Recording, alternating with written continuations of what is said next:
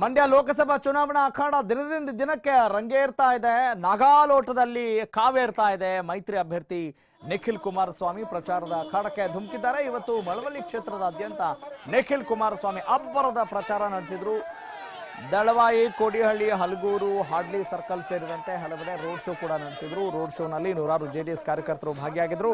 ನಿಖಿಲ್ ಕುಮಾರಸ್ವಾಮಿಗೆ ಮಳವಳ್ಳಿ ಶಾಸಕ doctor K ಅನ್ನದಾನಿ ಕೂಡ ಸಾಥ್ ಕೊಟ್ಟಿದ್ರು. ಇನ್ನು ಸುಮಲತಾ ಪರ ದರ್ಶನ್ ಯಶ್ ಕ್ಯಾಂಪೇನ್ ಕುರಿತು ರಿಯಾಕ್ಟ್ ಮಾಡಿದಂತ ನಿಖಿಲ್, ಜಿಲ್ಲೆಯಲ್ಲಿ ಕಾರ್ಯಕರ್ತರೇ ನಮ್ಮ ಸೈನಿಕರು, ಹೀಗಾಗಿ ನಾನು ಯಾರಿಗೂ ಹೆದರೋ ಪ್ರಶ್ನೆನೇ ಇಲ್ಲ ಅಂತ ಧೈರ್ಯದಿಂದ ಉತ್ತರಿಸಿದ್ದಾರೆ. ಚುನಾವಣೆ ಕಣಕ್ಕಿಳಿಸಿವೆ. ಈ ಸಂದರ್ಭದಲ್ಲಿ ಹೆಚ್ಚು ಮಾತನಾಡತಕ್ಕಂಥದ್ದು ಅಗತ್ಯ ಇಲ್ಲ.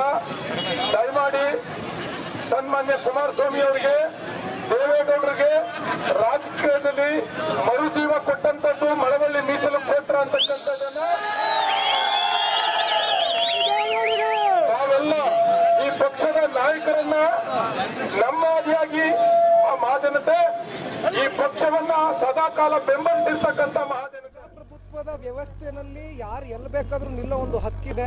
ಸೊ ಅವರ ತೀರ್ಮಾನಕ್ಕೆ ನಾವೆಲ್ಲರೂ ಸ್ವಾಗತಿಸ್ತೀವಿ. Thank you. ಇಲ್ಲ ನೋಡಿ, ಅದು ಪ್ರಶ್ನೆನೇ ಇಲ್ಲ. ನಾನು ಪ್ರತಿಯೊಬ್ಬ ಕಾಂಗ್ರೆಸ್ ಮುಖಂಡರುಗಳ ಮನೆಗೆ ಯಾರೇ ಇರ್ಬೋದು, ಸಣ್ಣವರೇ ಇರ್ಬೋದು, ಹಿರಿಯರೇ ಇರ್ಬೋದು, ಯಾರೇ ಇರ್ಬೋದು, ಪ್ರತಿಯೊಬ್ಬರ ಮನೆಗೂ ಹೋಗಿ ಇವತ್ತು ಭೇಟಿಯಾಗಿ ಅವರನ್ನ ನಾನು ಕೂತು ಚರ್ಚೆ ಮಾಡಿ ಅವರ ಒಂದು ವಿಶ್ವಾಸದಲ್ಲಿ ತಗೊಳ್ಳುವಂಥ ಜವಾಬ್ದಾರಿ ನನ್ನಲ್ಲಿದೆ. ನಾನು ಅದನ್ನು ಕಾಪಾಡ್ಕೊತೀನಿ. ಅಲ್ಲ, ಅದು ಅವರ ವೈಯಕ್ತಿಕ ವಿಚಾರ. ಅದ್ರ ಬಗ್ಗೆ ನಾನೇನು ಪ್ರತಿಕ್ರಿಯಿಸಕ್ಕೆ ಹೋಗೋದಿಲ್ಲ. ಒಳ್ಳೇದಾಗ್ಲಿ ಅವ್ರಿಗೆ.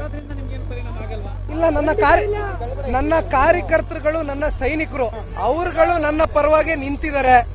ಇವತ್ತು ನಾನು ಇಲ್ಲಿ ಅಭ್ಯರ್ಥಿ ಆಗಬೇಕು ಅನ್ನೋ ಒಂದು ವಿಚಾರವಾಗಿ ಬಹುತೇಕ ಕಾರ್ಯಕರ್ತ ಬಂಧುಗಳ ಜೊತೆ ಚರ್ಚೆ ಮಾಡಿ ನಮ್ಮ ಶಾಸಕರುಗಳು ತಗೊಂಡಂತ ತೀರ್ಮಾನ ಇದು.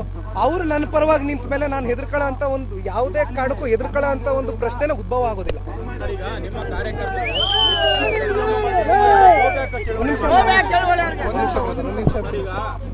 ನೋಡಿ, ಈ ಸಾಮಾಜಿಕ ಜಾಲತಾಣದಲ್ಲಿ ನಾವುಗಳೆಲ್ಲರೂ ಗಮನಿಸ್ತಾ ಇದ್ದೀವಿ. ಇತ್ತೀಚಿನ ದಿನಗಳಲ್ಲಿ ಈ ಗೋ ಬ್ಯಾಕ್ ಅನ್ನೋ ಒಂದು ಚಳುವಳಿ ಏನ್ ನಡೀತಾ ಇದೆ, ಬಹುಶಃ ಇದು ನಿಲ್ಲಬೇಕು ಅಂತ ಅನ್ಸುತ್ತೆ. ಯಾಕಂದ್ರೆ ಎಲ್ಲೋ ಒಂದು ಕಡೆ ಈ ಗೋ ಬ್ಯಾಕ್ ಅನ್ನೋ ಒಂದು ವಿಚಾರವಾಗಿ ಹಲವಾರು ಬಾರಿ ಪ್ರಸ್ತಾಪ ಮಾಡಿದೀವಿ.